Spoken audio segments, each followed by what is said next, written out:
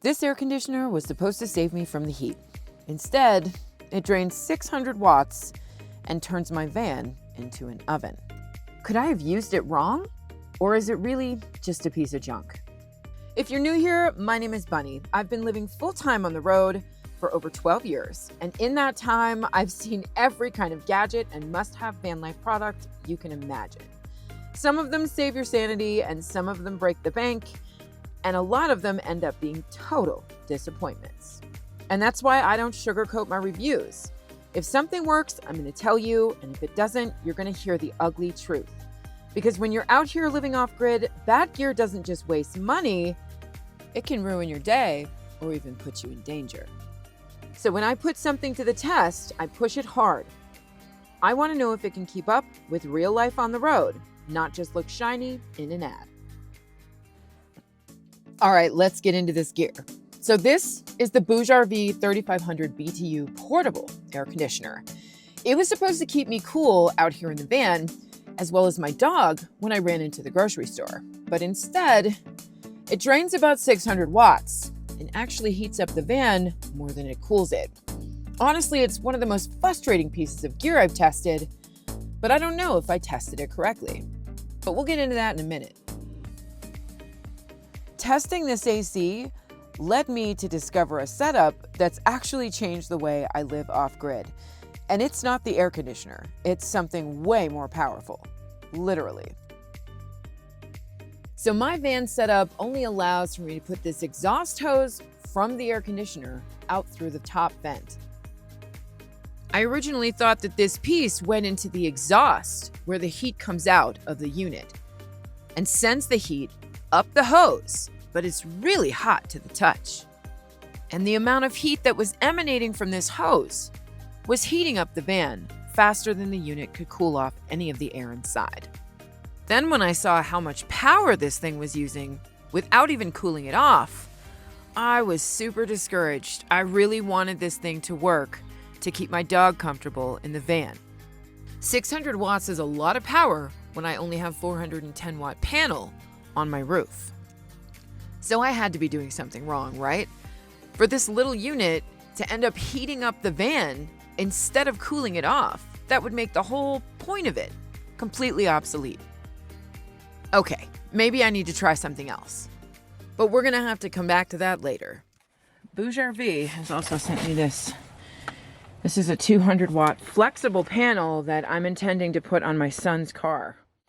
He's coming out here and we're gonna install that on the top of his car, so it's really low profile because it's very thin and it will be perfect for his needs. But this one's 200 watts, so let's try it out. So I pulled the solar panel out of the box, and right away I realized it's not the length I expected it to be. The pictures made it look a little bit more compact, but in real life it's way longer than I thought. And now that I'm looking at it, I don't think it's gonna work for my son's car because he's got a sunroof and that would block it. But let's go ahead and test out this panel anyway on my new Grecell 2400 watt power bank. Back in January, Grecell sent me their little 300 watt power bank, and I've loved it ever since I laid eyes on it. This little thing packs a punch and is great for a weekend camping trip where you're just trying to power your devices. When BougeRV offered to send me their portable AC unit, I knew I was going to need a little bit more power, and so I reached back out to Grecell to ask them if they'd let me try out their bigger 2400 watt model. And when they sent that power station over, I was able to pair it with the BougeRV panel. And that was the turning point, because the 200 watt panel can charge that power station without damaging the system that's already built into my van. In theory, it's a great idea, but in practice, not so much. This panel was too long to fit anywhere on my van roof. I tried, it just doesn't fit my layout. So instead, I've been dragging it around on the ground and moving it all day, chasing the sun. It's not exactly what I wanted for a clean setup. That being said, I will give it credit. Even in that awkward setup, it does its job, and even then some. Sometimes it pulls in over 200 watts, but on its own, it's not going to keep up with a power-hungry air conditioner. So let's talk about this Grecell beast for just a minute. First off, it's massive.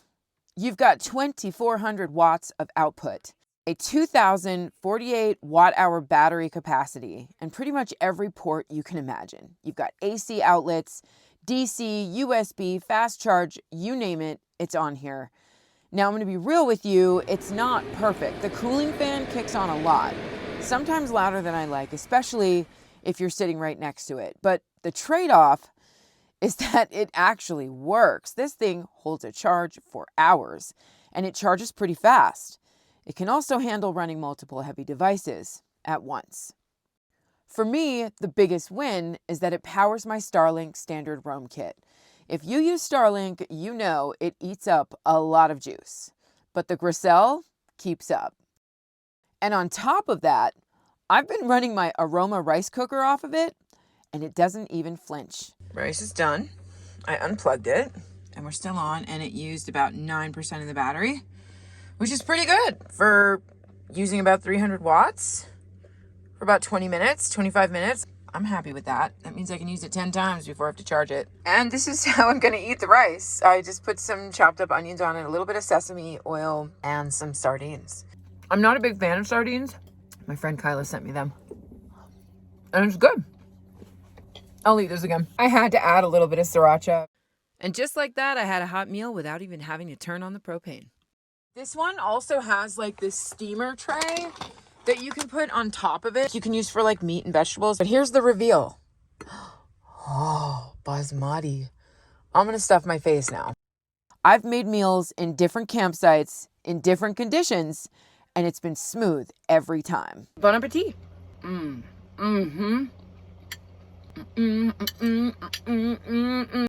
So I'm still testing the air conditioner to find a setup that works for me. But at this point, I have to keep the unit outside of the van in order to cool any air inside of it, because the unit and the hose heat up too fast. And while the solar panel is a bit of a hassle right now, it's powering my Grecell power bank. And the two of them combined have turned into the backbone of my off-grid setup. Now, I already have a solar setup on my roof installed in my van. I've got 410 watts on the roof, a charge controller, and a 2000 watt inverter, and all the power is stored in two 100 amp hour lithium batteries. But if I wanted to power all of these things, like the Starlink, the rice cooker, my fridge, my laptop, I need a little bit more of a battery bank. So having this Grecell power bank as a backup is a necessity right now until I can upgrade my batteries. Why don't you upgrade your roof? Why don't you add more panels?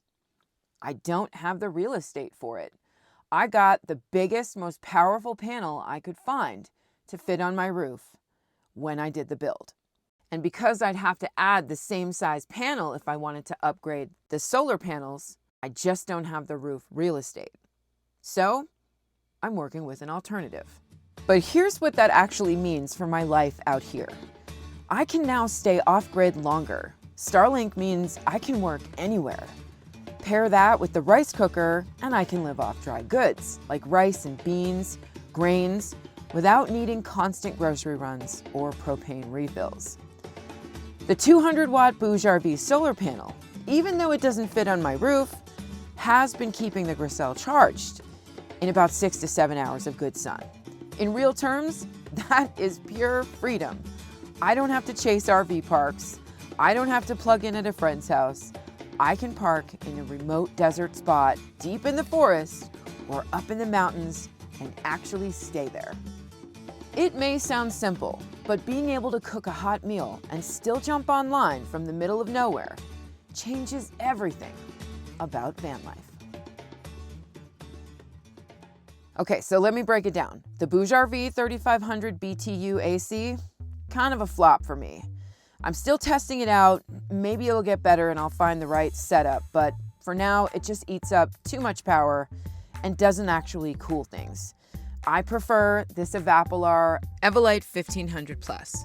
They also just sent me the Eva Smart version, which I can use with a mobile app, and I'm super excited to try that out, so stay tuned for a video on that coming up soon, plus a giveaway.